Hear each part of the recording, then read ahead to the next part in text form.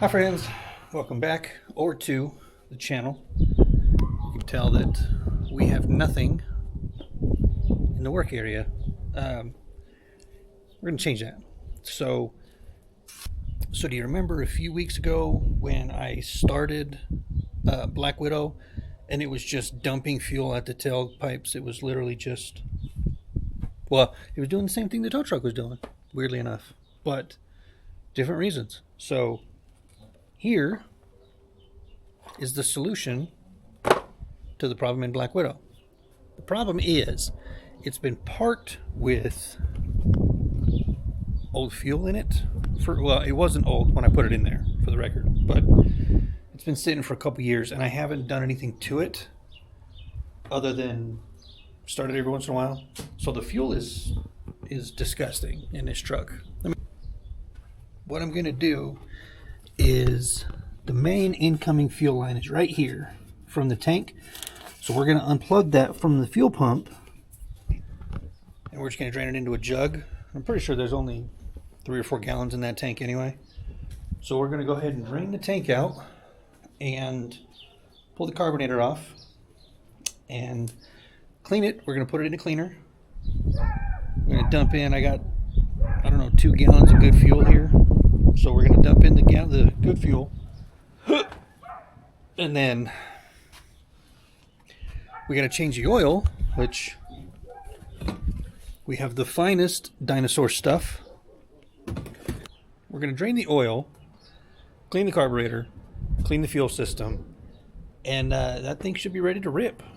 Not that I have plans on driving it or anything like that, but I don't like having crippled vehicles on my property. It's not the move. I feel like we should probably change the oil first because it is a brand new motor in that truck. It was a crate engine he bought, and he did not put 500 miles on it, and I haven't put 50 on it. So let's go ahead and get the oil out of it and put some fresh stuff in it. And I'm pretty sure I have a filter for it too. Could be wrong, but I'm pretty sure. So yeah, let's get a catch pan and we'll get something to put on the ground because I don't want to lay in the weeds. By the way, guys, it is April 10th today, so that means we are less than a month away from my car show and the burnout contest. Come out, check it out, get some good food, see some cool cars, come watch the burnout contest, buy some stuff from the swap meet, do something. Just come on out, check it out. I could use a participation. I'd love to see you guys. There's going to be a bunch of YouTubers there. Come on out and meet us all. Or them all, whatever you want to do. Hope to see you there. You remember when I told you this fuel smells or looks like Gatorade? Watch this.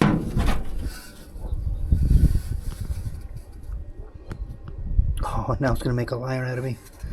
You phony bastard.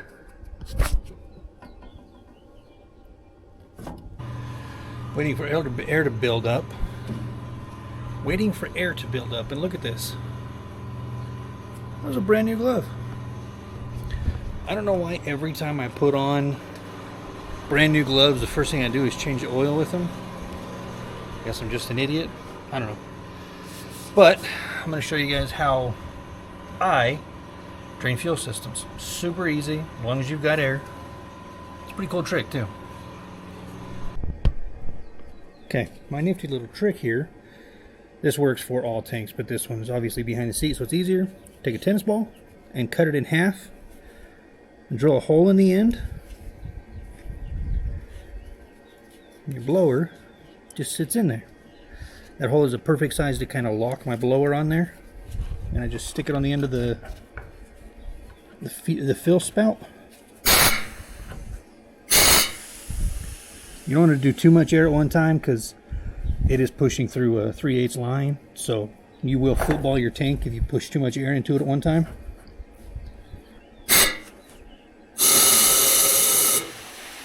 Hear it leaking out? Like that.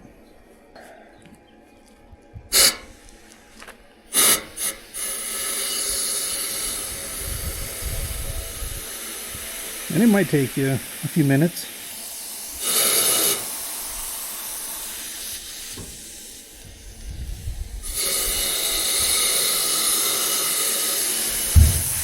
Oh. I don't know if you guys heard that. That very distinctive boom. We put too much air in the tank. It is in fact not soda or iced tea. It just looks like it. That's the fuel that's in this tank. That's caca. Got the carb all laid out on the table here. Let's get you guys a better look. There we go. Now this is the back where the firewall is, but I can't put you guys right here because I need to be right here. But all you need to tear one of these carburetors apart is a flathead, a socket, which is 1/4 inch, or a small Torx bit. Typically these perimeter bolts are flatheads, but mine are Torx. So I got a T25, a pair of needles. That's all you need to disassemble one of these carburetors. So let me grab a little parts tray. We'll go ahead and take our needles out. The spring's still good.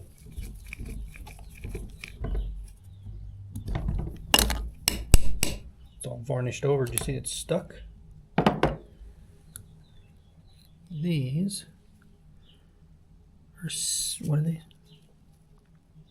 These are 7547 needles. See all the gunk up here on the top of that thing? Look at that. We're gonna go ahead and drop these in the cleaner. And these weird little clips are kind of a pain. But just like that. Pull our little springs off. And I buy these carburetor cleaner kits. Comes with this little basket. This little basket's handier than hell for stuff like this. Just fits in there. And you can put so much stuff in those little baskets. I mean, I have a big parts washer in the back, and I can use it too, but I don't want to put the fluid back in it and all that other shit just to clean one carburetor, so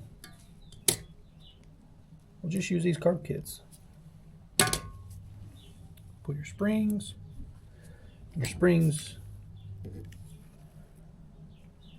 you can just set off to the side in your little parts tray. That's what I usually do with them. They don't need to be cleaned. So now that that's all done, go ahead and start busting all these screws loose.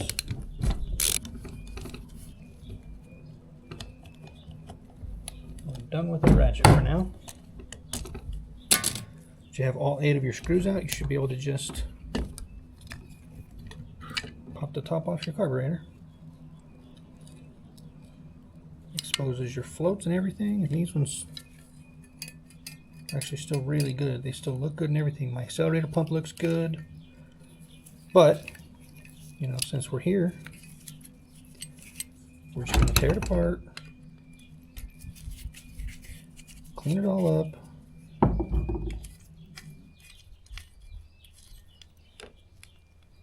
take this, let's see.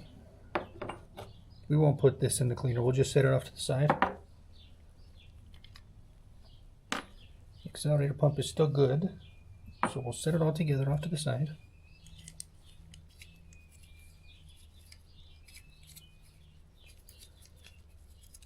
Okay. So the top of it, I mean, you could take this all apart and shit, but I'm not going to do that. I'm just going to clean this off with some brake part cleaner and a rag, and that'll be plenty. There you go. Whole top hat is disassembled. So set it off to the side. Now comes the fun part. Nope. Ugh. That spring was stuck. That's nasty. Let's go ahead and start busting our venturis loose.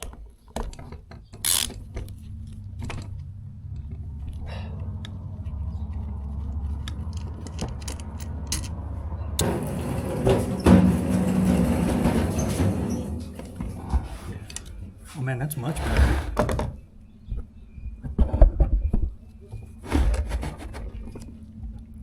There, like that. There we go. Now we got our screws out of our Venturis. Same here, just pull, and they should come out. Unless they're stuck, like mine are. Hey, buddy.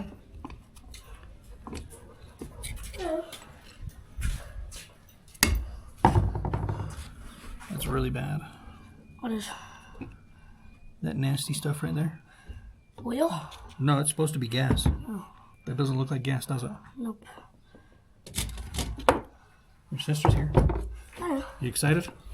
Yeah. You go see the Minecraft movie? Yeah. Yeah, buddy. Same here. There's a gasket on the bottom of your Venturis. And just like the other ones, one gasket came off with the Venturi, one gasket stayed. So just pull that on out of there. This thing you just lift up and it comes out. Just drop it in the basket. Now you gotta take this little guy off. Go ahead and pull it all the way apart. Oh, come on. Stupid thing.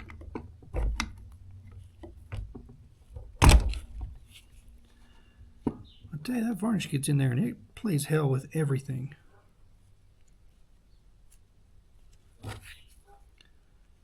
take and clean the gasket material off of here real quick. Drop it in. See if we can't get our gasket up out of here. Maybe.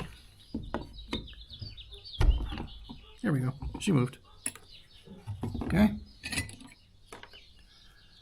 Let's see, where are we at now? We got to pull these baffles. Remember the orientation of these baffles? It's going to come into play when you put it back together. But don't put your hand like this and cover that hole when you pull that baffle, because these things will slice the shit out of your fingers. Ask me how I know. I think that's like maybe like a rite of passage. You haven't officially rebuilt a carburetor until you've sliced your finger open on a baffle. Here, inside here is your primary jet. This one back here is your secondary jet, and they are a pain in the ass. So be extra careful, because with this old gas sitting in here and this varnish and shit, these things will get stuck, and they're brass. So your chances of just breaking the shoulders off of them and stripping them out is pretty good. So be extra careful with this. Sometimes you get lucky. You know what that saying goes? Sun shines on a dog's ass every once in a while. It just shined on mine. Oh, this screwdriver is too wide.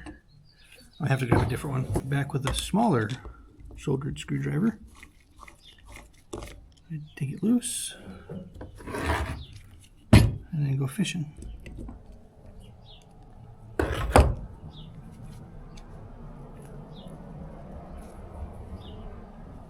Yeah, my primary is a 395. So it's 9 2s in the back and 9 5s in the front.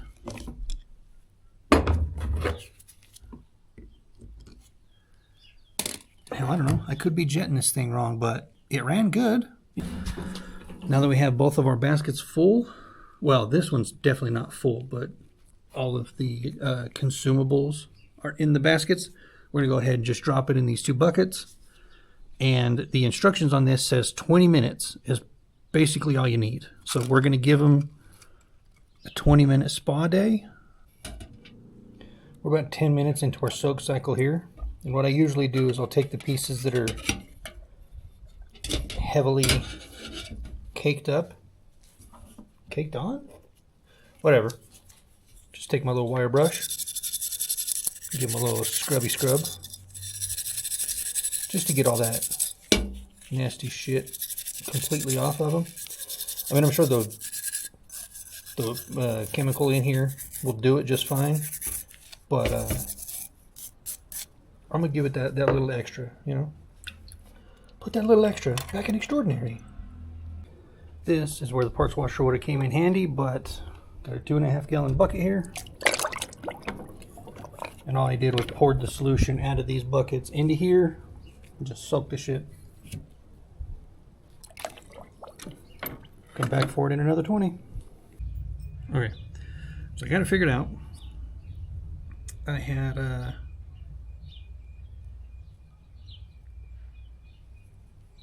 was trying to remember which one of these goes on which side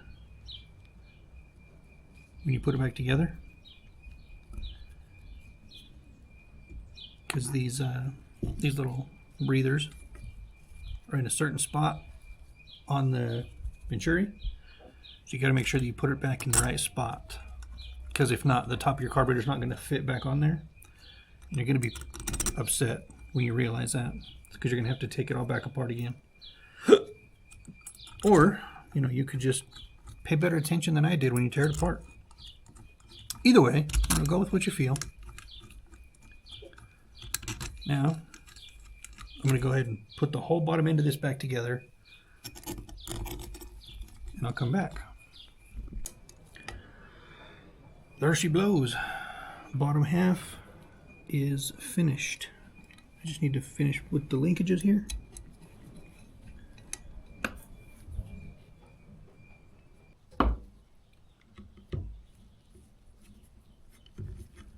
Again, you don't need to torque these all the way down. Snug them up, and then give them just a little bit past snug. That's all. Drop our little plunger deal down in there. Take your float, hang it back on with this annoying little brass rod. Remember, I told you guys we already know that these floats are adjusted correctly. So we're not going to mess with them. We're not going to change them. There's nothing wrong with these floats. We're just going to keep the new floats in the bag. That way, you know, if we ever need them, we have a brand new set. Our accelerator pump in.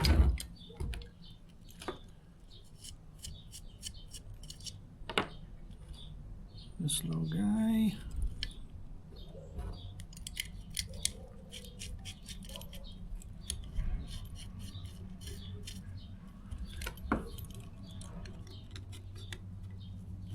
Tighten that screw down a little bit. That wasn't very smart, was it? Gonna take this back apart.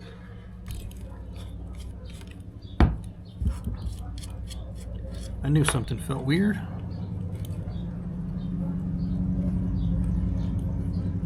That was good. Put it back together.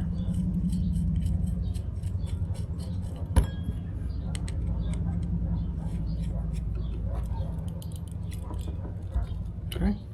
And, oh, damn it. That was stupid. Did you guys catch what I did there?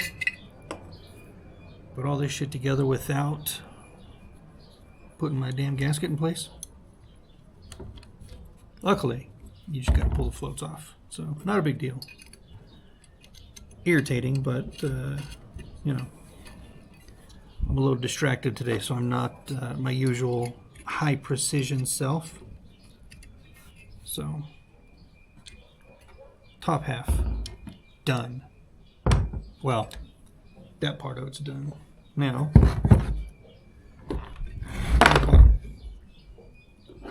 bro, stay in there. Okay, bring our bottom half over, take our top and set it back down into place.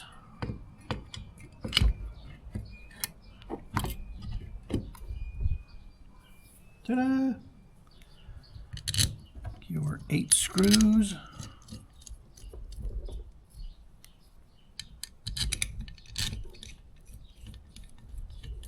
And drop my orange springs back down in there.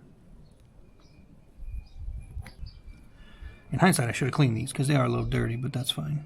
I'm not that worried about it.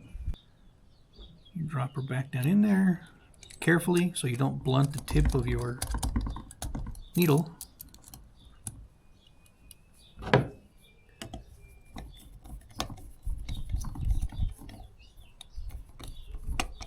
Take your cap. Do it one more again.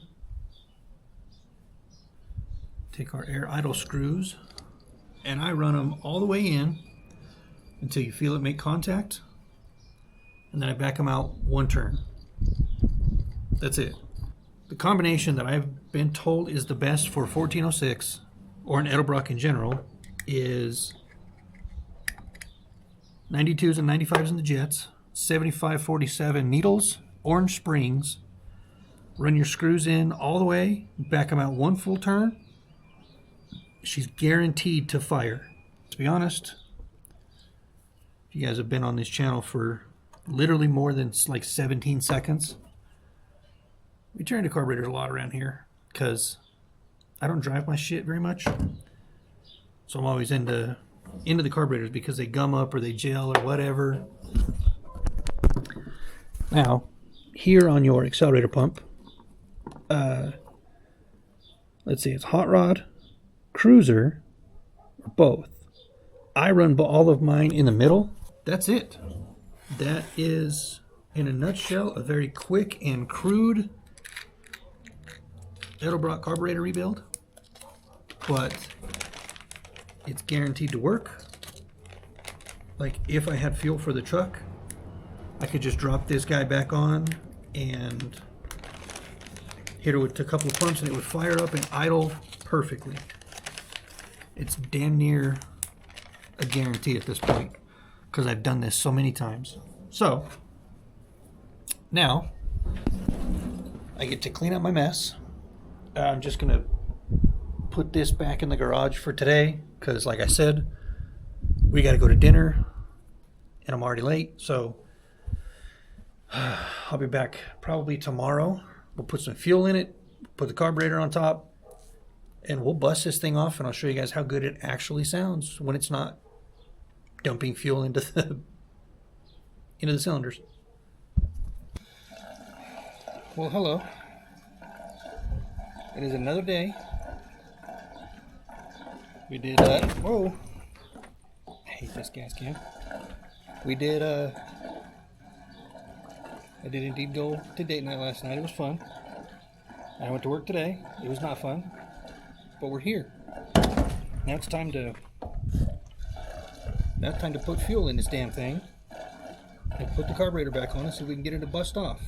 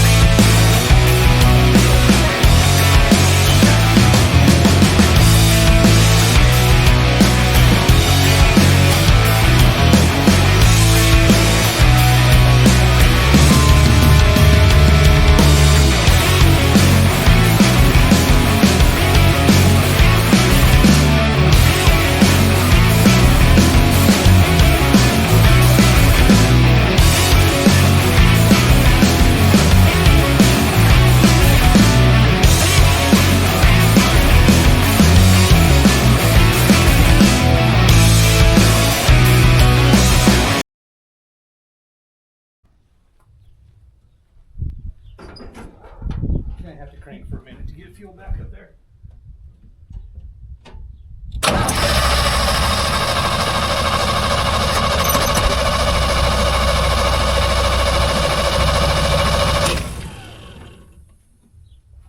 Should have put fuel filters. But let's see. Oh shit, I'm leaking. I definitely have fuel to the carburetor. In several other places? No, just one place. Starter got a little warm too. Well, it didn't catch fire. A little leak at the bottom of my choke housing here. Okay. Fuel leak fixed, hopefully. Let's try this again. Give her a 2-pump chunk.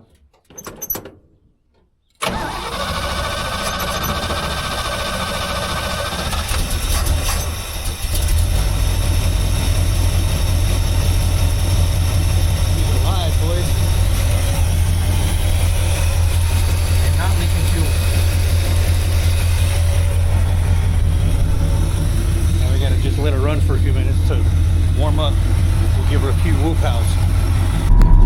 Been running for a minute. Had to air the rear bags up because the exhaust digs into the ground, and it was just basically hotboxing me. But she's running, she's healthy.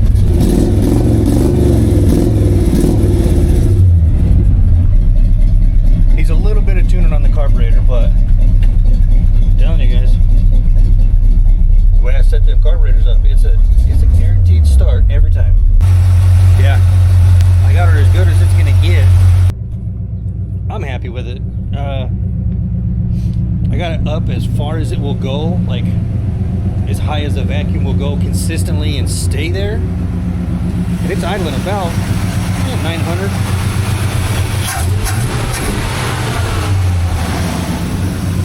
Throttle is snappy, sounds happy. It's idling smooth as can be. Here.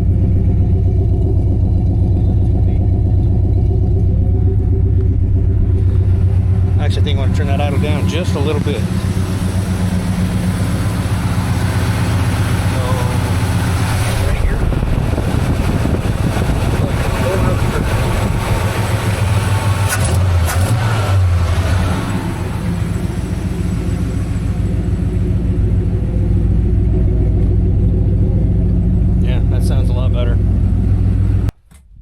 I just need to, decide what else I want to do to it, because I do need to do a front suspension swap because it still has drum brakes on it. I don't know if you guys noticed by the lack of power breakage. I need to do a suspension swap, which is going to be a full cradle, so I can have disc brakes and I can buy drop spindles. We can actually finally put her on her guts, because it's a long bed. Long beds are supposed to be on the guts. I need to do something about this paint because it's old, it's dated, and it looks terrible.